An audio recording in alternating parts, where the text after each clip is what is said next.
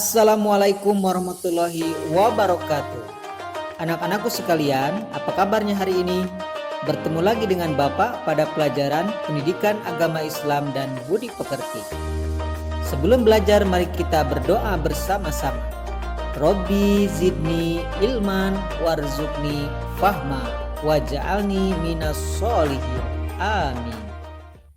Untuk kelas 5, pelajaran Pendidikan Agama Islam dan Budi Pekerti pada pelajaran 2, yaitu mengenal nama Allah dan kitabnya. Dan submateri yang kedua yaitu mengenal kitab-kitab Allah. Kita wajib mengenal dan beriman kepada kitab-kitab Allah sebagaimana firman Allah dalam surah An-Nisa 136. Berikut adalah nama-nama kitab Allah Subhanahu wa Ta'ala. Yang pertama yaitu kitab Taurat. Kitab Taurat diturunkan kepada Nabi Musa alaihi salam kurang lebih pada abad ke-12 sebelum Masehi di daerah Israel dan Mesir. Kitab Taurat menggunakan bahasa Ibrani. Yang kedua, kitab Zabur. Kitab Zabur diturunkan kepada Nabi Daud alaihi salam ketika beliau menduduki tahta sebagai Raja Bani Israel pada abad 10 sebelum Masehi di tanah Kanaan. Yang ketiga, kitab Injil.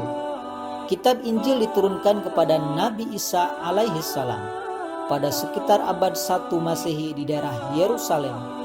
Dalam bahasa Yunani, Injil berarti kabar selamat, pelajaran yang baru atau kabar gembira.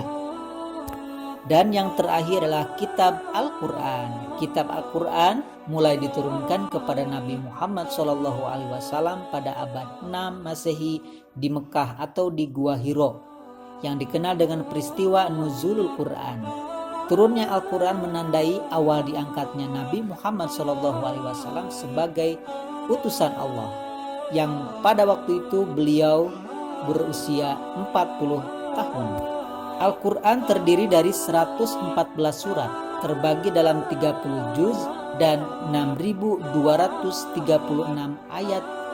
Al-Quran diwahyukan selama 22 tahun, 2 bulan, dan 22 hari.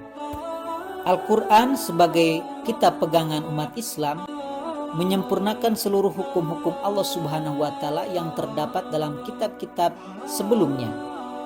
Ia diturunkan untuk seluruh umat manusia sebagai rahmat bagi semesta alam atau disebut juga rahmatan lil alamin. Kitab Allah Subhanahu wa Ta'ala membawa ajaran terpuji. Yang pertama, ajaran terpuji kepada Sang Pencipta Allah Subhanahu wa Ta'ala, yaitu seperti melakukan ibadah sholat dan berdoa kepada Allah dengan mengangkat tangan. Ajaran terpuji kepada sesama manusia seperti saling bersalaman, saling bersaudara, dan saling menolong, membantu teman yang membutuhkan. Selanjutnya, ajaran terpuji kepada hewan atau tumbuhan seperti memberikan makanan kepada ayam di halaman rumah atau merawat tanaman dalam pot di halaman rumah.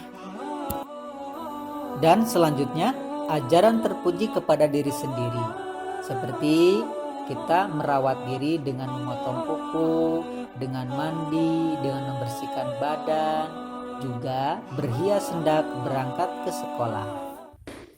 Demikianlah video pembelajaran kali ini. Semoga bermanfaat dan ditunggu video pembelajaran selanjutnya. Alhamdulillahirabbil alamin. Wassalamualaikum warahmatullahi wabarakatuh.